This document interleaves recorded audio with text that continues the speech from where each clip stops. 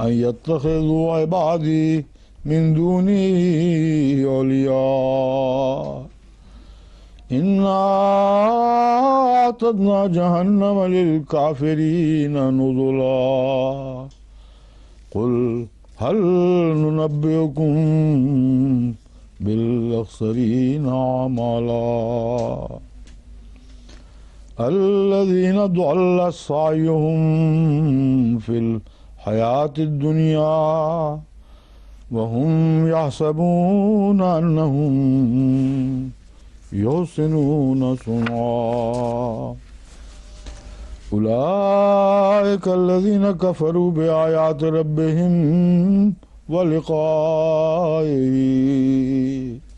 فحبطت أعمالهم فلا نقيم لهم يوم القيامة وزنا ذلك جزاؤهم ما كفروا واتخذوا آياتي ورسلي هزوا إن الذين آمنوا وعملوا الصالحات كانت لهم جنات الفردوس نزلا خالدين فيها لا يبغون عنها حولا قل لو كان البحر مدادا لكلمات ربي لنفذ البحر قبل أن تنفذ كلمات ربي لنفذ البحر قبل أن تنفذ كلمات ربي ولو جئنا بمثله مددا قل إنما أنا بشر مثلكم قل إنما أنا بشر مثلكم يوحى إلي أنما إلهكم إله واحد فمن كان يرجو لقاء ربه فليعمل عملا صالحا ولا يشرك بعبادة ربه أحدا.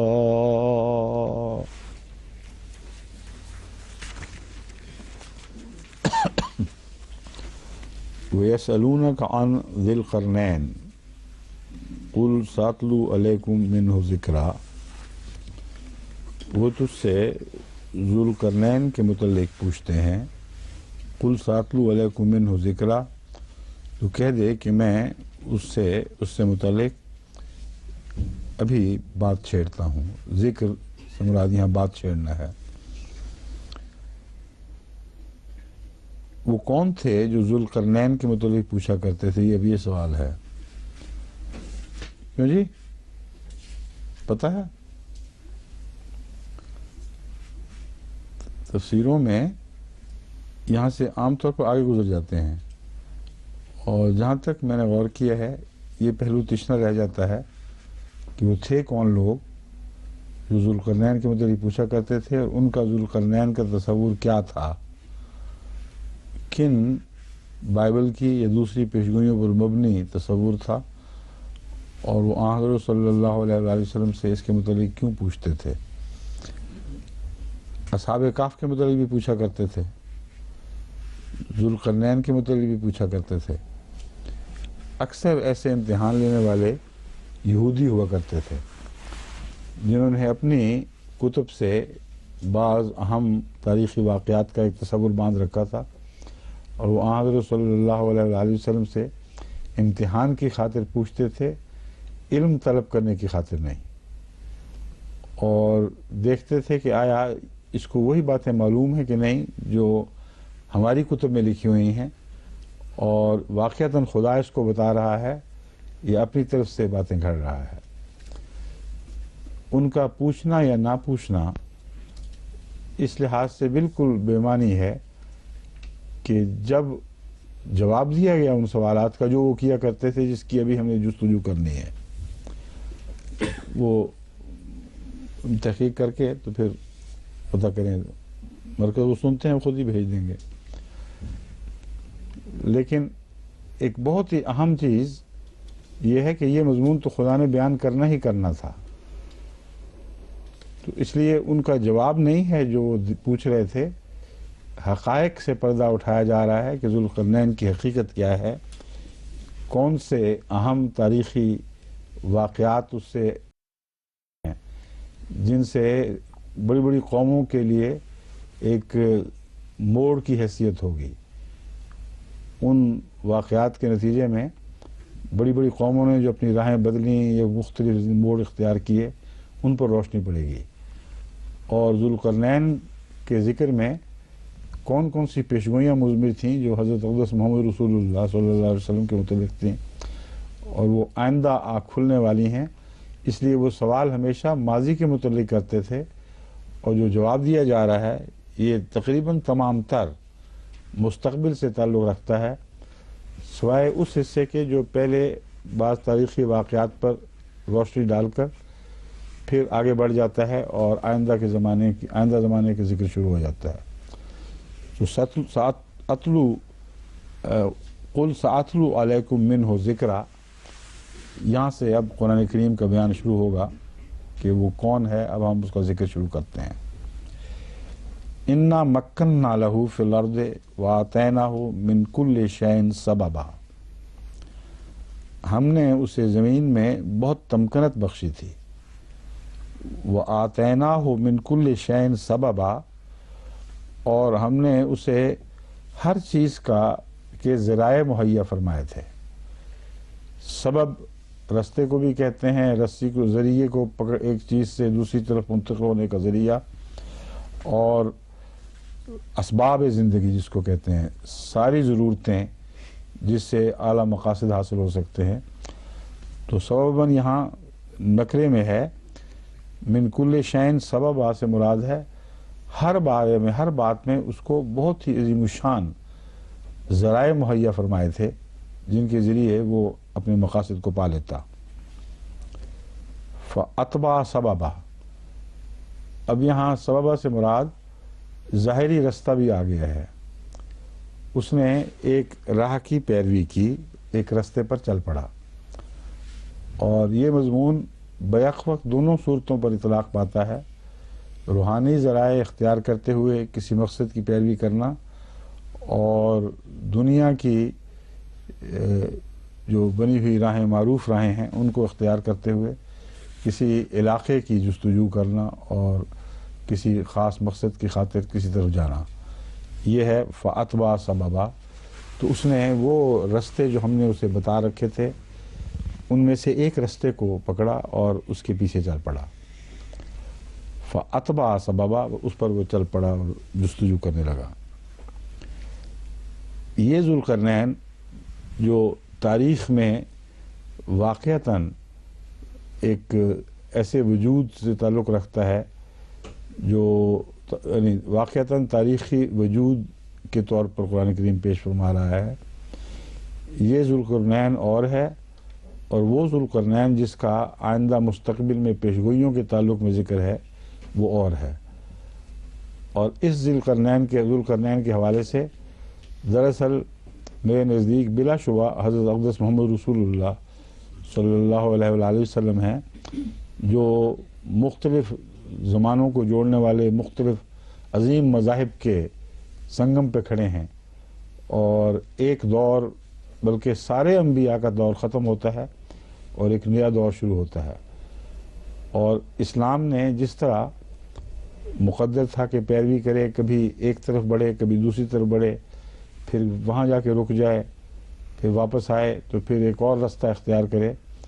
یہ ساری تاریخ اس ذوالقرنین کے حوالے سے اسلام کی تاریخ ہے جو بہت حد تک ظاہر ہو چکی ہے، اور بہت سے ایسے پہلو ہیں جو ابھی پورے ہونے والے ہیں.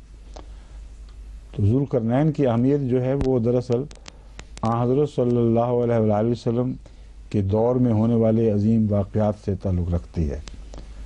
مگر تاریخی طور پر واقعتاً ایک بہت عظیم انسان تھا جو خدا سے تعلق رکھتا تھا اور اللہ اس سے تعلق رکھتا تھا اور الہام یافتہ شخص تھا اور ویسے ایک بہت عظیم بادشاہ تھا. اس کا نام خورس تھا. حضرت مسلم موعود نے بھی تفسیر میں اسی کا ذکر فرمایا ہے اور بہت ہی عمدہ دلائل سے ثابت کیا ہے کہ خورس کے سوا یہ اور ممکن نہیں ہے، جبکہ باقی تفاسیر جو ہیں وہ دارا کو ترجیح دیتی ہیں اور سمجھتی ہیں دارا جو خورس کا ایک جرنیل تھا، یہ اس کا ذکر ہے، وہ بعد میں غالباً تخت نشین ہوا ہے. مگر جو ذکر قرآن کریم نے فرمایا ہے یہ دارا پر چشمہ نہیں ہوتا، یہ خورس پر ہی چشمہ ہوتا ہے. خورس کے متعلق صرف نام لینا کافی نہیں، خورس حضرت زرتشت کا ایک ایسا کامل مرید تھا کہ اگر زرتشتی مذہب کو سمجھنا ہے تو خورس کو سمجھے بغیر زرتشتی مذہب کی پہچان یا اس کا عرفان نہیں مل سکتا. خورس کو زرتشتی مذہب میں وہی حیثیت حاصل ہے جیسے اشوکا کو بدھ مذہب میں ہے. اگر اشوکا کو چھوڑ کر آپ تاریخ کا مطالعہ کریں تو بدھزم ایک بے خدا مذہب دکھائی دے گا. اس میں نہ کوئی نبیوں والی شان ملے گی، نہ کوئی ایسی علامتیں ہوں جو اللہ تعالیٰ سے نور یافتہ انسان کی علامتیں ہوتی ہیں. مگر جب اشوکا کے راستے سے پہنچتے ہیں آپ حضرت بدھ تک تو بالکل ایک نیا منظر ابھرتا ہے. ایک عالی شان نبی کا منظر ہے جو خدا سے نور یافتہ اور الہام یافتہ ہے اور خدا تعالیٰ کے فضل کے ساتھ وہ ایک انقلابی دور لے کے آیا تھا. تو اسی طرح میرے نزدیک ایران میں ہونے والے نبی حضرت زرتشت کے ساتھ بھی خدا تعالیٰ نے ایسا ہی سلوک فرمایا. اس کی تعلیمات نے چونکہ بعض میں بگڑ کر ایک نیا رنگ اختیار کرنا تھا، اس لیے اللہ تعالیٰ نے ان کو ایک خورس بادشاہ عطا کیا جس نے اپنی ساری زندگی میں اپنے عمل سے ثابت کیا کہ دو خداؤں کا تصور باطل ہے، نور کا خدا الگ اور اندھیرے کا خدا الگ. اس مذہب کا حضرت زرتشت کے ساتھ کوئی تعلق نہیں ہے. وہ اتنا توحید پرست تھا کہ اللہ تعالیٰ نے اس کے متعلق بائبل میں پیشگوئی کے طور پر ذکر فرمایا کہ ایک ایسا عظیم وجود ہے جو مجھ سے تعلق رکھتا ہے، میں اس کی رہنمائی کرتا ہوں، وہ تم لوگوں کو مصیبتوں سے نجات دے گا. اور میں ہی پیشگوئی کے مطابق خورس نے جا کر بنی اسرائیل کو جو غلامی تھی شمالی عراقی جو حملہ آور تھے بابل کی حکومت، اس کی غلامی سے آزاد کروایا اور وہ تخت سلیمانی یا ٹیمپل آف سولومن جس کو کہتے ہیں، سولومنز ٹیمپل، اردو میں کیا کہتے ہیں اس کو؟ ہاں، ہیکل سلیمانی. ہیکل سلیمانی جس کو کھنڈر بنا دیا گیا تھا. ساری بائبل ورق بکھر گئی تھی، کہیں اس کا کوئی وجود نہیں تھا. یہ سارا خورس کا احسان ہے ان کو، اس بنی اسرائیل پر، کہ اس نے آ کے ان کو غلامی سے نجات دی، بکھرے ہوں کو دوبارہ اکٹھا کیا، ایسے حالات پیدا کیے کہ بائبل اثر نو پھر مرتب ہو سکے اور پھر بائبل کا ایک اوتھینٹک قابل اعتماد ترجمہ خود کروایا. اور یہی وہ بادشاہ ہے جس نے ایک نئی زبان بخشی اس قوم کو جو عبرانی کے ساتھ، وہ کیا کہتے ہیں اس کو، دوسری زبان جس کو بول چال کی زبان کہا جاتا ہے دراصل، ہیبرو تو عبرانی ہے نا. مجھے نام یاد ہے کہ تو معروف نام ہے، پتہ نہیں کیوں بعض دل سے دماغ سے اتر جاتا ہے. مگر کہتے یہ ہیں، یعنی یہود عموماً اس طرح اس کو پیش کرتے ہیں کہ عبرانی ہماری لکھنے کی زبان تھی اور عرف عام میں لوگوں کے بولنے کے میں جو زبان رائج ہوئی یہ وہ دوسری زبان تھی. کیا اونچی بولو یہاں سے ہٹا کے کچھ. ہاں، آرامی زبان، ارامائک، دیٹس رائٹ.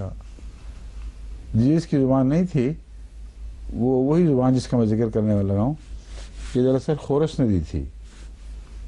ارامائک زبان جو بول چال کی زبان بتائی گئی ہے، دراصل یہ فارسی کے اثر سے ہیبرو کے ساتھ مل کر ایک زبان نئی بنی ہے.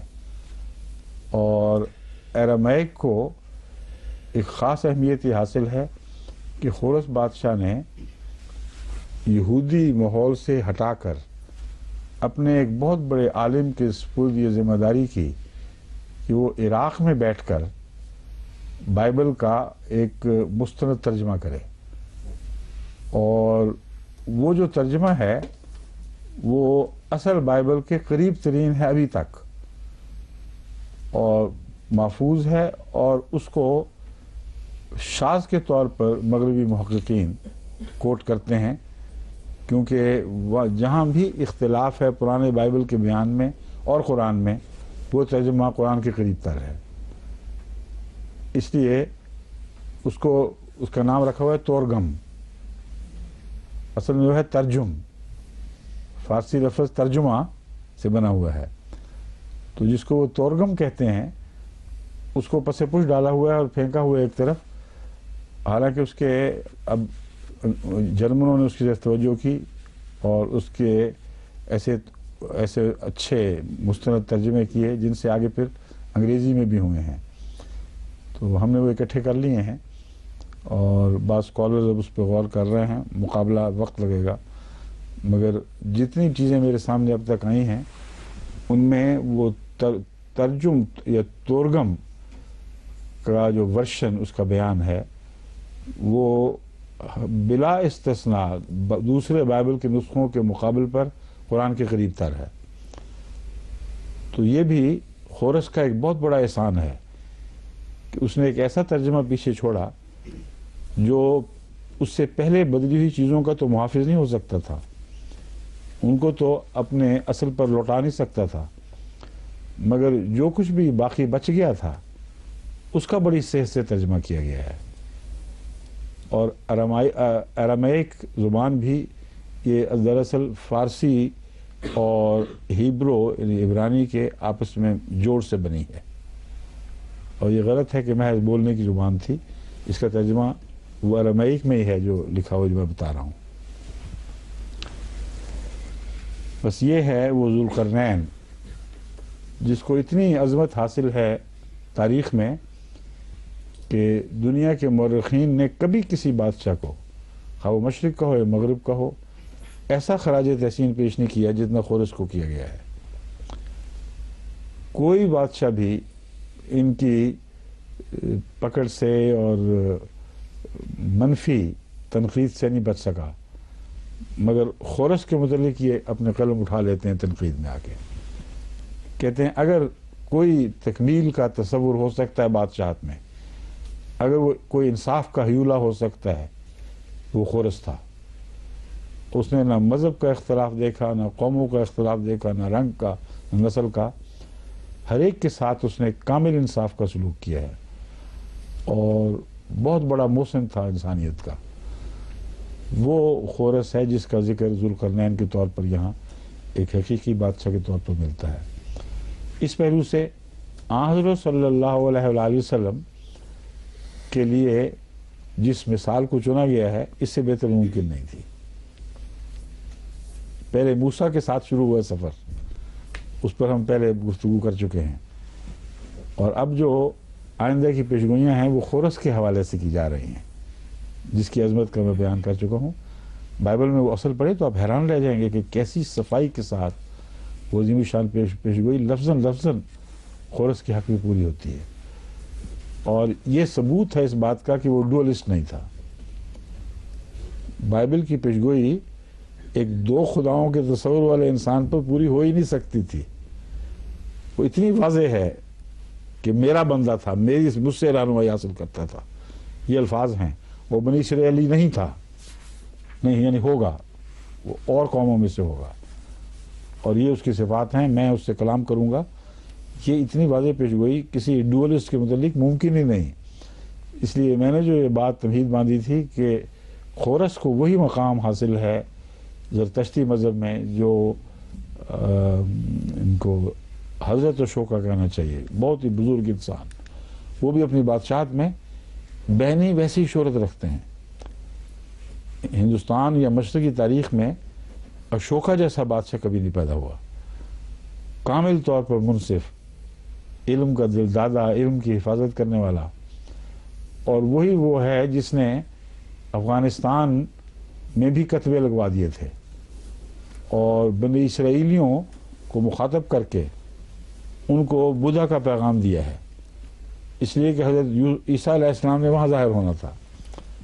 ان کتبوں کی بھی ہم نے تحقیق شروع کروائی ہوئی ہے اور بہت سی تصویریں لے کر ہمارے عثمان صاحب جو ایک مخلص نوجوان اور بہت ہی ذہین نوجوان ہیں امریکہ کے، ان کو خدا تعالیٰ نے جنون بخش ہے تحقیق کا، اور بڑا ہی عقل والا جنون ہے، جیسے بہت ہی ماہر تربیت یافتہ ایک مغربی محقق خاص اصولوں کے ساتھ کام کرتا ہے، وہ ان میں جمع ہو گئے ہیں خدا کے فضل سے، اور جہاں وہ محروم ہے الہام کی روشنی سے، وہاں اللہ تعالیٰ نے ان کو حضرت صلی اللہ علیہ وسلم کا عشق عطا کیا، آپ کی کتب سے روشنی لینے کا ملکہ بخشا، اور پھر رویا کے ذریعے جو بعض دفعہ مجھے حیران کر دیتی ہیں، اللہ تعالیٰ خود ان کی رہنمائی کرتا ہے کہ یہ کام اس طرح کرنا چاہیے، یہ کام اس طرح کرنا چاہیے، اور بعض رویا جو انہوں نے دیکھی ان کو پتہ بھی نہیں تھا کہ کیا مطلب ہے، مجھے بھجوائی تو میں ایک دم میری آنکھیں کھلی، میں نے کہا یہ تو اس کا تو یہ مطلب ہے، جب لکھا تو پھر ان کو سمجھ آئی۔ تو رویا کی تعبیر کے لیے بھی ضرورت ہوا کرتی ہے۔ بہرحال ان کے سپرد میں نے یہ کام کیا ہے، اور جو آخری اطلاع انہوں نے بھیجی ہے وہ یہ ہے کہ ان تمام کتبوں کی، اب یہ جو افغانستان میں لڑائی ہو رہی ہے اس سے پہلے جو آخری ہوئی ہے طالبان کے غلبے کی، اس سے پہلے وہ وہاں سے ہوا ہے، اور ان کی والدہ بڑی فکر مند تھیں کہ یہ تو بہت ہی خطرناک حالات ہیں، مگر اللہ تعالیٰ نے ان کو ایک ایسا ذریعہ عطا کر دیا، اتفاقاً ہی ملاقات کروا دی، جس کے تعلقات دو طرفہ تھے، طالبان سے بھی تھے اور اس وقت کی افغانی حکومت سے بھی تھے، اور جو کھلے بندوں وہاں پھرتے تھے، وہاں بھی ہوا ہے وہاں بھی ہوا ہے، کبھی ان کو نہیں پکڑا گیا۔ وہ اپنے ساتھ لے کے گئے، انہوں نے کہا سوال ہی پیدا نہیں ہوتا، تم میرے مہمان ہو تو ان کے مہمان ہو، اور کوئی بھی تم سے کسی قسم کی پرسش نہیں کی جائے گی کہ تم نماز کہاں پڑھتے ہو، یہ کیا مذہب ہے تمہارا، کیا عقیدہ ہے، کیونکہ یہی فکر تھی زیادہ کہ طالبان میں جانا ہو جو نہایت متشدد میڈیولسٹ ہیں، ان کو پتہ لگے کہ احمدی نوجوان آیا ہوئے امریکہ سے، تو انہوں نے وہیں اس کو ڈھیر کر دینا تھا، مگر اللہ تعالیٰ نے حفاظت فرمائی، بڑے خطرناک علاقوں میں جا کر مقامی لوگوں سے تحقیق کی، وہاں اصل کتبوں کی جو بھی مہیا تھے اس وقت تک ان کی تصویریں کھینچیں، اور کم سے کم پتہ کر لیا ہے کہ آئندہ تحقیق کن راہوں پر چلے گی۔ تو حضرت ذوالقرنین کے ذکر میں اتفاقاً یہ ذکر بھی آ گیا کہ اللہ تعالیٰ نے رسول اللہ صلی اللہ علیہ وسلم اور حضرت مسیح علیہ السلام کو ایسے بھی بخشے ہیں محققین جو اپنی حفاظت کا قطعاً کوئی خیال نہ کرتے ہوئے تحقیق میں آگے بڑھتے ہیں، کبھی ایک رستے کی پیروی کر رہے ہیں، کبھی دوسرے رستے کی پیروی کر رہے ہیں۔ ذوالقرنین کی برکتیں ہیں دراصل، اس لیے میں کھول کر آپ کو بتا رہا ہوں کہ رسول اللہ صلی اللہ علیہ وسلم جو ذوالقرنین کی حیثیت ہے، انہی کی اسی برکت سے حضرت مسیح علیہ السلام کو ذوالقرنین سے ملتے جلتے حالات عطا کیے گئے اور پیشگوئی میں موجود ہیں، اور اسی برکت سے آگے پھر احمدیوں کو چھوٹے چھوٹے نمونے ذوالقرنین کے عطا کیے گئے ہیں، یعنی وہ ہر ذوالقرنین تو نہیں مگر اس کی ایک شاخ بن جاتا ہے، ایک ادھر بھاگ رہا ہے ایک ادھر بھاگ رہا ہے، اور ہر جگہ تحقیق اکٹھی کر کے پھر وہ اللہ تعالیٰ کے فضل کے ساتھ اسلام کی تائید میں وہ اسے نمایاں کام لیا جائے گا۔ اب میں واپس آتا ہوں خورس کے ذکر کے بعد کہ یقیناً وہ خورس ہی ہے اور تاریخ اس کی گواہی دیتی ہے، اگرچہ ابھی تک ہم دیوار کے متعلق قطعیت کے ساتھ کوئی فیصلہ نہیں کر سکے۔ یقیناً ہم نے اسے زمین میں تمکنت بخشی اور اسے ہر قسم کے کاموں کے ذرائع عطا کیے تھے، انا مکننا لہو فی الارض وآتیناہ من کل شیء سببا، ان رستوں میں سے جو ہم نے اسے دکھائے اور عطا فرمائے وہ ایک رستے پر چل پڑا، فاتبع سببا، پس اس نے ایک رستے کی پیروی کی، حتی اذا بلغ مغرب الشمس وجدہا تغرب فی عین حمیۃ، جب وہ سورج کے ڈوبنے کی جگہ یعنی مغرب میں پہنچا، اس نے اسے دیکھا کہ وہ غروب ہو رہا ہے ایک گندے چشمے میں، وجد عندہا قوما، اور یہ جو ہے نا حمیۃ مراد ہے کیچڑ والا گندا چشمہ جس کا پانی خراب ہو گیا ہو، وہ جو چشمہ اپنے آگے ایک چھوٹی سی جھیل سی بنا لیتا ہے مارشی سی، اس کا تصور ہے۔ قلنا یا ذا القرنین وجد عندہا قوما، وہاں اس نے ایک قوم کو دیکھا جو اس چشمے پر پل رہی تھی، گویا کہ وہ تھا تو علم لیکن دنیا کا علم تھا، یہ مراد ہے۔ کیچڑ والا چشمے سے مراد ہے کہ وہ بھی ایک علم کا خزانہ تھا یا علم کا ایک ذریعہ تھا، لیکن جس علم تک وہ پہنچاتا تھا ذریعہ وہ دنیا کا علم تھا اور محض کیچڑ تھا۔ قلنا یا ذا القرنین اما ان تعذب و اما ان تتخذ فیہم حسنا، ہم نے کہا اے ذوالقرنین اب چاہے تو تو ان کو سزا دے اور چاہے تو حسن سلوک کرے۔ فیم حسنا سے مراد ہے تتخذ فیم، ان سے حسن سلوک کرے، حسن معاملہ کرے، یہ تجھ پر ہے۔ تو ذوالقرنین نے، اگر وہ خورس ہے جیسا کہ میں سمجھتا ہوں، حضرت مسلم موعود نے بہت ہی عمدہ تحقیق کے ذریعے ثابت کیا ہے کہ یہ خورس ہے، اس نے مغربی قوموں کی طرف گیا تو ہے مگر ان سے کوئی لڑائیاں نہیں لڑیں، اور مغرب میں اس نے فتوحات ویسی نہیں کی جیسے مشرق میں کی ہیں۔ تو غالباً اسی طرف اشارہ ہے کہ تو چاہے تو ان کو سزا دے، چاہے تو ان سے اعراض کرے، لیکن جہاں تک اللہ تعالیٰ کا تعلق ہے وہ ان سے اعراض نہیں کرے گا، اور بالآخر یہ اپنے اعمال کے منطقی نتیجے تک پہنچیں گے۔ اس کا اگلی آیت میں ذکر ہے، قال اما من ظلم فسوف نعذبہ، صاف پتہ چل رہا ہے کہ ایسی قوموں کا ذکر ہے جن کی خدا کے بندوں سے کوئی دنیاوی جنگیں ہو کر ان پر ان کو غلبہ نصیب نہیں ہونا تھا۔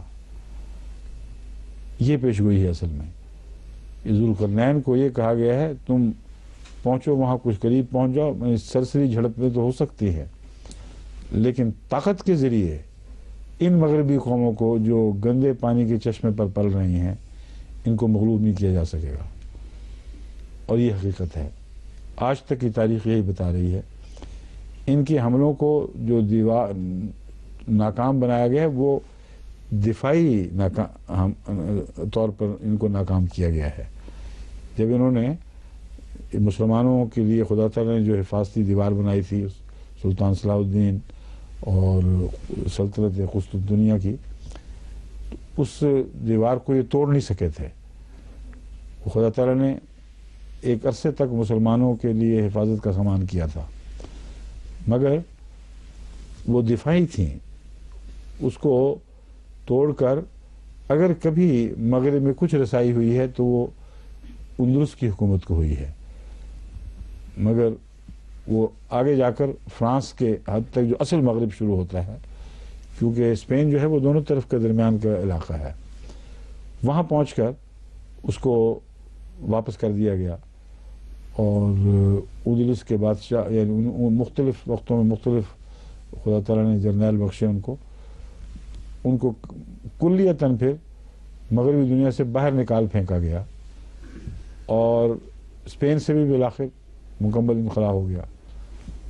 تو مقدر یہی تھا کہ طاقت کے ذریعے ان پر کوئی دائمی ایسا غلبہ مسلمانوں کو نصیب نہیں ہوگا جس کے ذریعے یہ سمجھا جائے کہ مسلمان کی تلوار نے ان لوگوں کو فتح کیا ہے۔ اور خورس نے بھی اسی لیے خدا تعالیٰ کے حکم کے مطابق اعراض کیا اور واپس مڑ گیا۔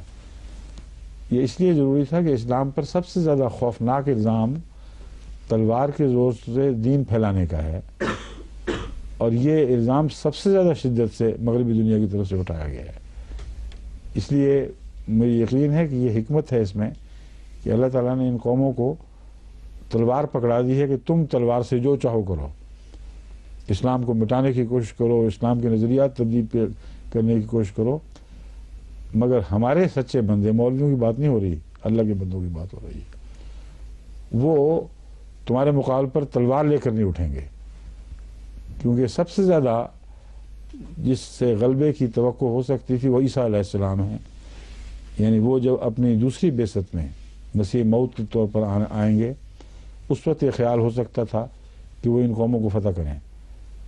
اس کے متعلق رسول اللہ صلی اللہ علیہ وسلم فرماتے ہیں کہ اللہ تعالیٰ وحی کے ذریعے روک دے گا اور کہے گا کہ کسی بندے میں یہ طاقت نہیں دی خدا تعالیٰ کی طرف سے، کسی کو دو ہاتھ نہیں نصیب ہوئے جو ان یاجوج اور ماجوج کے مقابل پر تلوار کا مقابلہ کریں اور جیت سکیں۔ اس لیے دعا کے ذریعے جیتو، اور دعا اور وہ جو پہاڑ کا مضمون ہے اکٹھا، اس سے مراد دعا کی کوشش اور تبلیغ کی کوشش اور قرآن کے ذریعے جہاد۔ تو یہ ساری چیزیں اس مضمون سے تعلق رکھتی ہیں کہ اگر ذوالقرنین تاریخی طور پر وہی خورس تھا تو پھر اس کا رسول اللہ صلی اللہ علیہ وسلم اور اسلام میں رونما ہونے والے واقعات سے بعد میں کیا تعلق ثابت ہوا کہ ہم کہہ سکیں کہ یہ خورس ہی تھا جس کی ظاہری مثال پیش کی گئی ہے۔ بس یہ ہے مطلب فَإِذَا حَتَّى إِذَا بَلَغَ مَطْلِعَ الشَّمْسِ وَجَدَهَا تَطْلُعُ عَلَىٰ قَوْمٍ لَمْ نَجْعَل لَهُمْ، اچھا یہ دوسرا ہے، پھر دوبارہ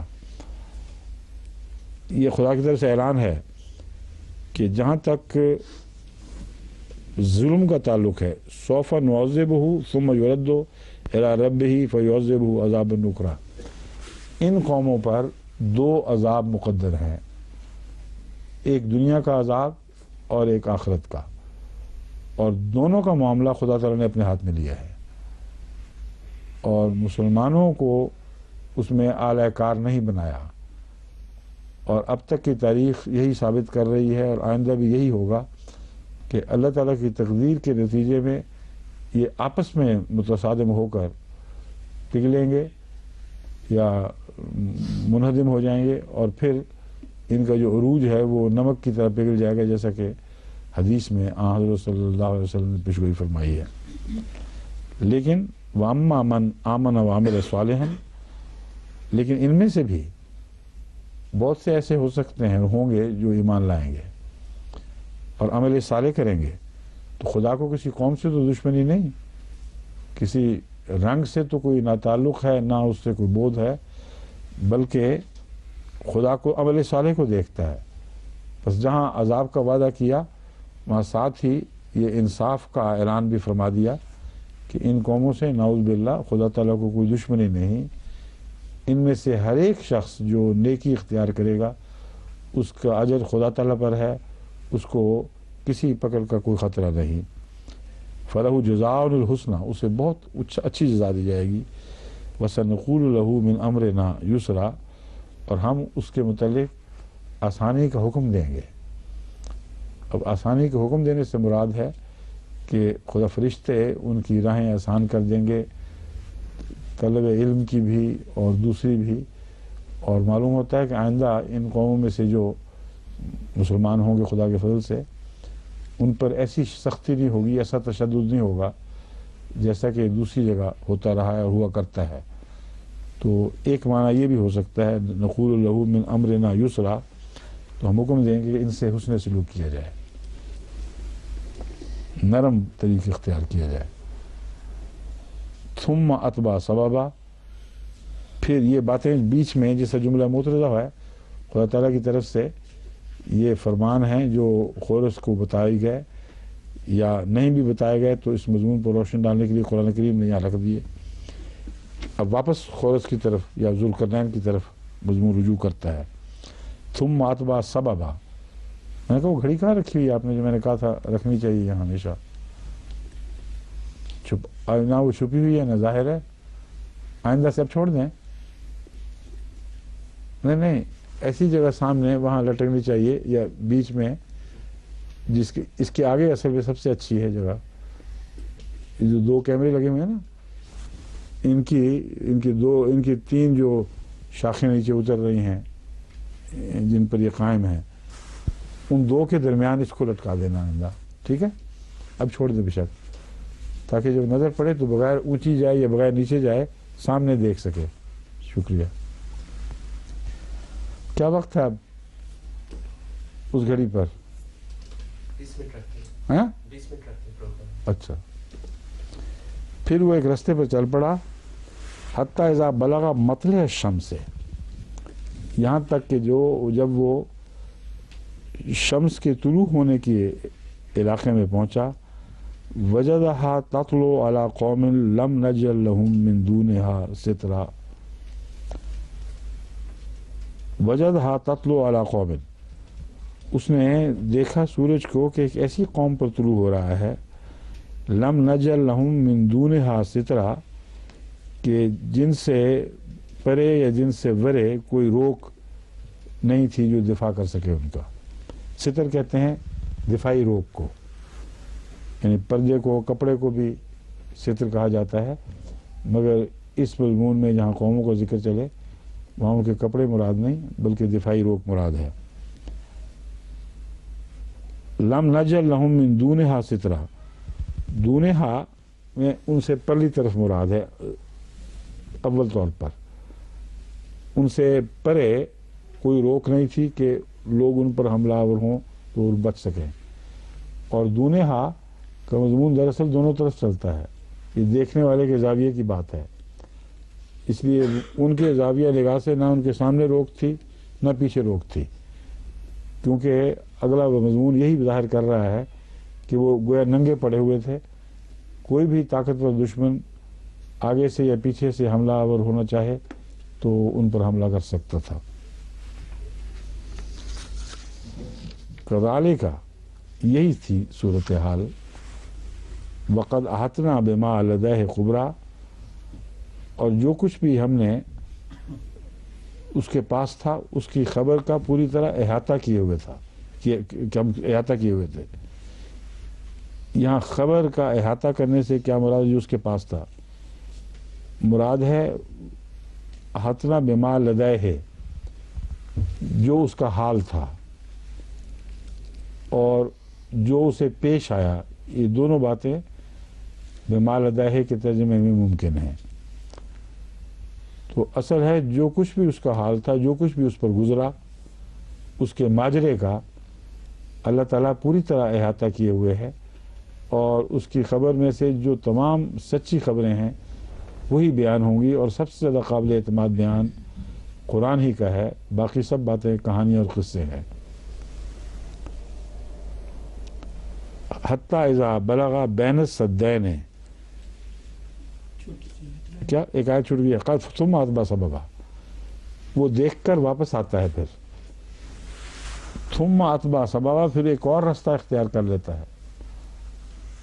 حتیٰ اذا بلغ بین السدین وجد من دونہما قوما لا یکادون یفقہون قولا، یہاں تک کہ جب وہ پہنچا 2 دیواروں کے درمیان یا جو 2 تبی روکوں کے درمیان، وجد من دونہما قوما، ان سے پرے یا ورے، جیسا کہ میں نے بیان کیا دونوں باتیں نقطہ نگاہ اس کے سے طے ہوں گی، کہاں سے دیکھ رہے ہو. نہ ان کے آگے کوئی روک تھی نہ پیچھے، یہ کہہ سکتے ہیں ہم. ان کو کوئی طبی بچاؤ سامنے سے یا پیچھے سے حاصل نہیں تھا. اور ان کی علامت کیا تھی؟ لا یکادون یفقہون قولا. یہ میں پڑھا نہیں تھا شاید، میں نے اس کا ترجمہ نہیں کیا ہے نا. حتیٰ اذا بلغ بین السدین وجد من دونہما قوما، تو من دونہما قوما سے مراد ہے ان 2 طبی روکوں یا دیواروں کے پرے، یا ان سے، یہاں تو پرے ہی نظر آ رہا ہے مانا، ان سے پرلی طرف ایک قوم تھی. ان کی خاص علامت یہ ہے لا یکادون یفقہون قولا، کہ وہ نہ خورس کی زبان بالکل نہیں سمجھتے تھے، اور یا ذوالقرنین جو بھی تھا اس کی زبان بالکل نہیں سمجھتے تھے، ان کی بالکل مختلف زبان تھی۔ قالوا یا ذا القرنین ان یاجوج و ماجوج مفسدون فی الارض فهل نجعل لك خرجا علی ان تجعل بیننا و بینہم سدا۔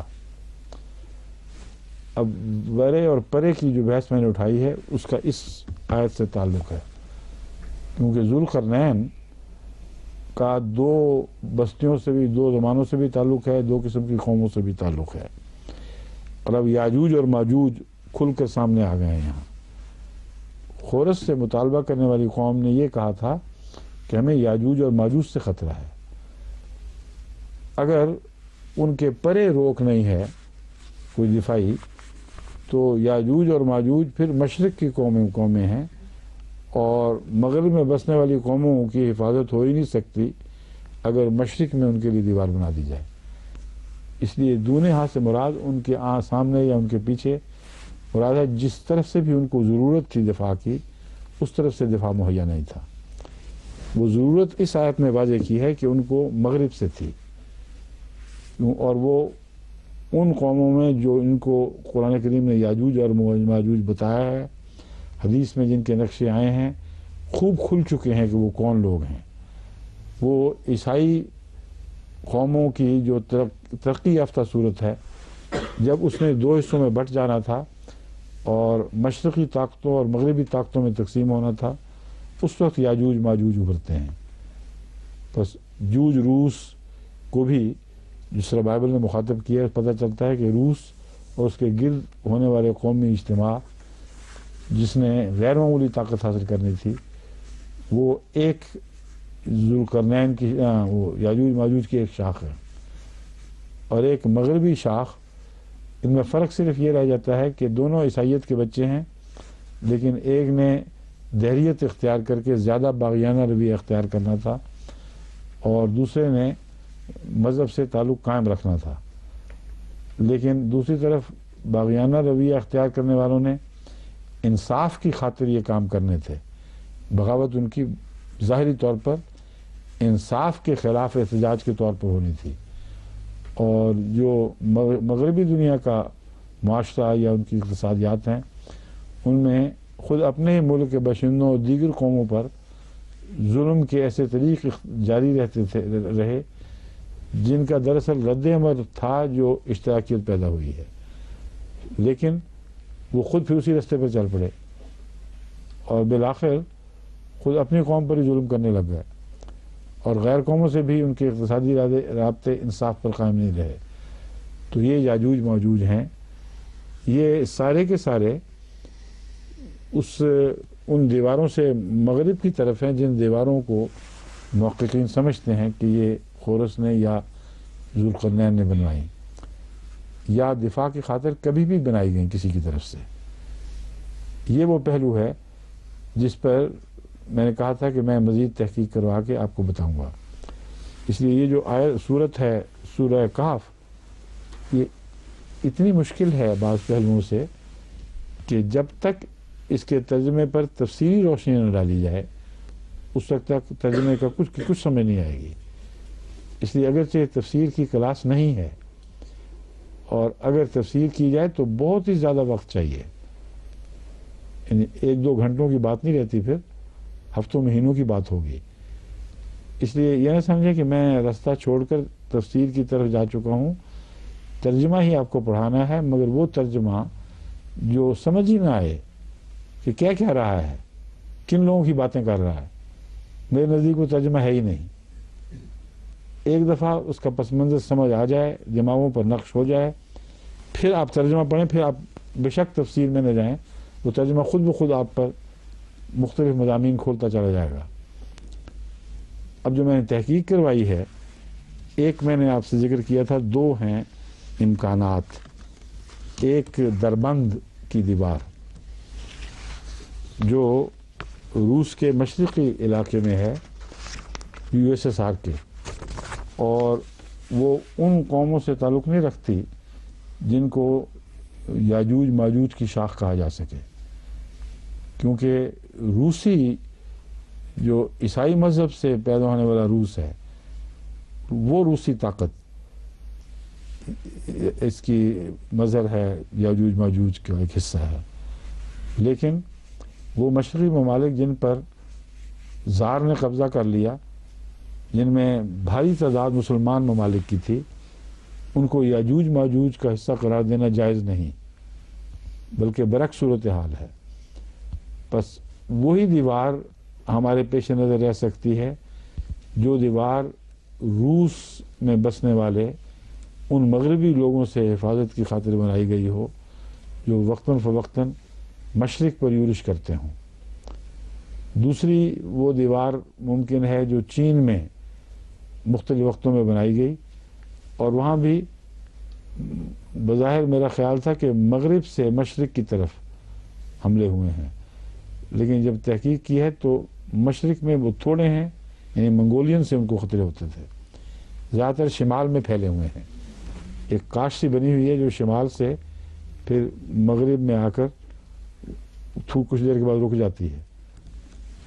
تو اس لیے ایک تو یہ شبہ والی بات ہے کہ وہاں ان قوموں کو جو منگولین تھیں اور چین پر حملہ کرتی تھیں ان کو یاجوج ماجوج نہیں قرار دیا جا سکتا۔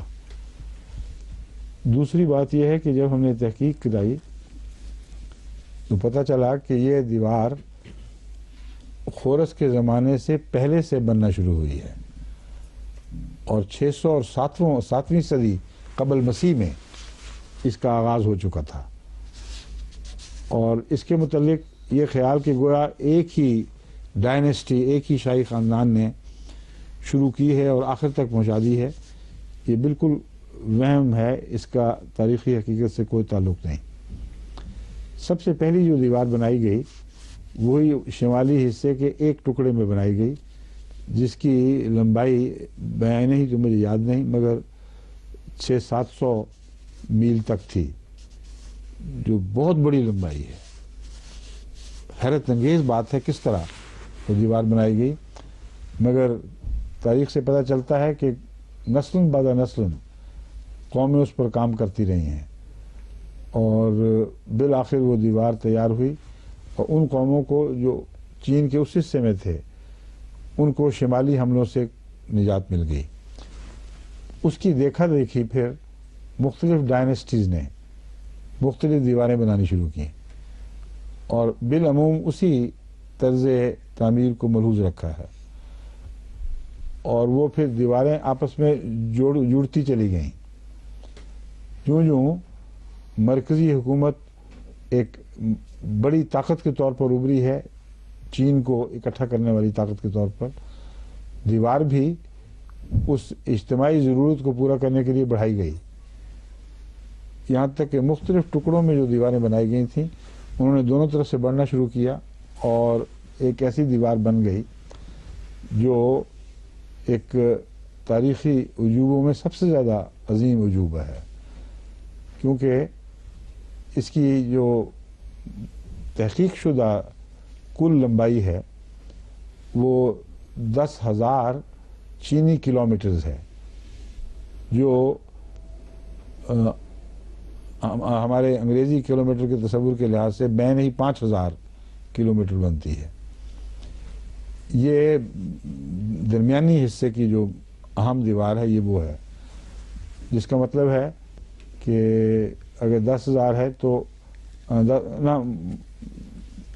5,000 تھی اور 10,000 کلومیٹر چینی بنتی ہے۔ وہ 10,000 چینی زبان میں 20,000 لکھا ہوا ہے، جو ہمارے کلومیٹرز ہیں وہ 10,000 بنتے ہیں، کیونکہ اور اس کا مطلب ہے 6,000 میل۔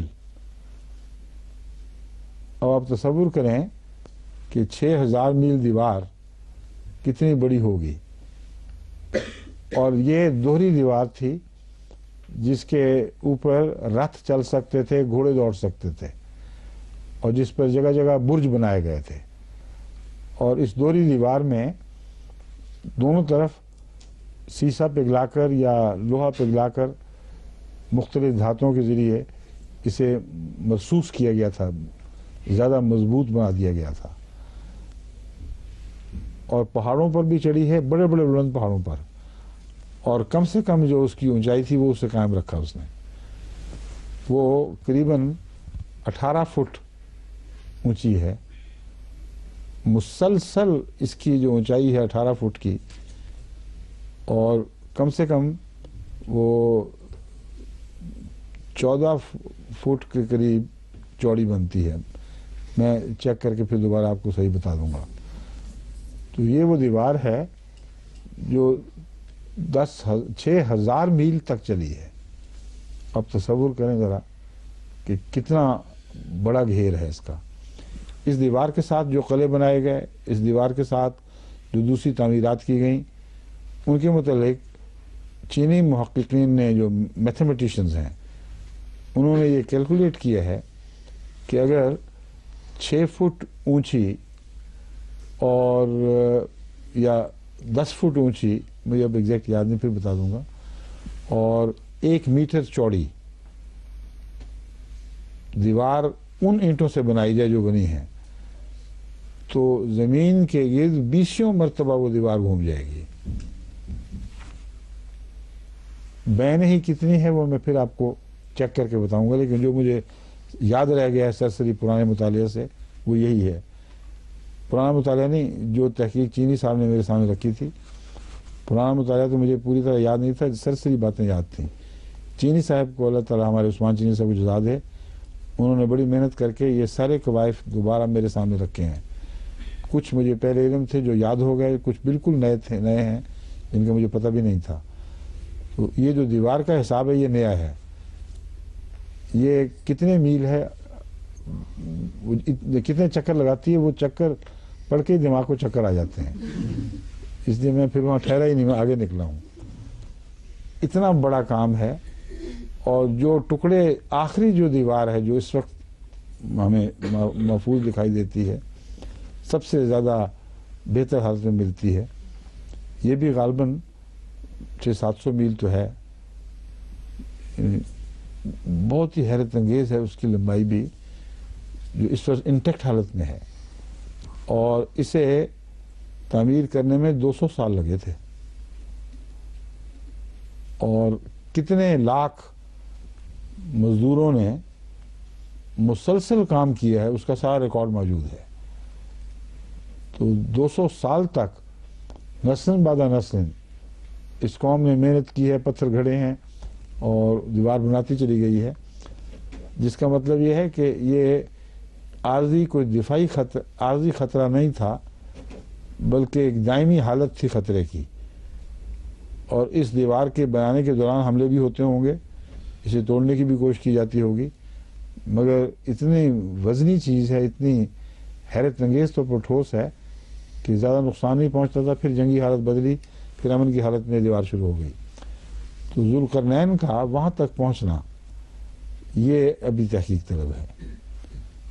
اور وہ جو پہلی آیت ہے وہ اشارہ کرتی ہے غالباً کہ ذوالقرنین اس مشرقی حد تک پہنچا ضرور ہے جس سے پرے کوئی سطر نہیں تھی، اور وہاں بغیر کسی کام کیے کہ ایک جائزہ لے کے واپس آ گیا ہے. چینی تاریخ کہتی ہے کہ کوئی ثبوت اس بات کا نہیں ہے کہ ایسے بیرونی بادشاہ نے آ کر مشورہ دیا ہو، مگر یہ بعید نہیں کہ وہ دیوار بن چکی ہو، اس سے مشورہ حاصل کیا ہو خورس نے، اور اس سفر کے دوران جو سیکھا ہے اس کو پھر دربند کی دیوار میں استعمال کیا ہے. وقت چونکہ ہو چکا ہے نا، 1 منٹ رہتا ہے، اس لیے اس مضمون کو باقی پھر بیان کریں گے. بڑا دلچسپ ہے. اتنی دیر میں اپنا مطالعہ تازہ کر کے تو اس جو اصل تاریخی صورتحال چین کے لحاظ سے اس پر پھر دوبارہ روشنی ڈالوں گا. بہت سے ابھی تشنہ پہلو ہیں. چینی تاریخ بھی ان باتوں میں ساکت ہے، اور ایک تحقیق ابھی تک نہیں ہوئی جو ہمیں لازماً کروانی ہوگی کہ مختلف دیواروں میں کون کون سا مادہ اسے مضبوط کرنے کے لیے استعمال کیا گیا ہے. اگر تانبا اور لوہا نہیں ہے تو وہ دیوار بہرحال ذوالقرنین کی نہیں ہے، اور اگر کسی ٹکڑے میں تانبا اور لوہا دونوں استعمال ہوئے ہیں تو یہ قطعی علامت اس بات کی ہے کہ یہاں بھاری امکان ہے کہ ذوالقرنین کا دخل ہوا ہو. اس سے آگے پھر بات چلے گی، اور یہ تحقیق ابھی بہت سی ہونے والی ہے، اور بھی بہت سی باتیں ایسی ہیں جن کے متعلق ابھی مکمل تحقیق نہیں ہوئی. تو جو اب تک ہو چکی ہے وہ میں انشاءاللہ آپ کو اگلی قرآن کلاس میں بتا دوں گا. باقی انشاءاللہ بعد میں باتیں ہوں گی. السلام علیکم ورحمۃ اللہ.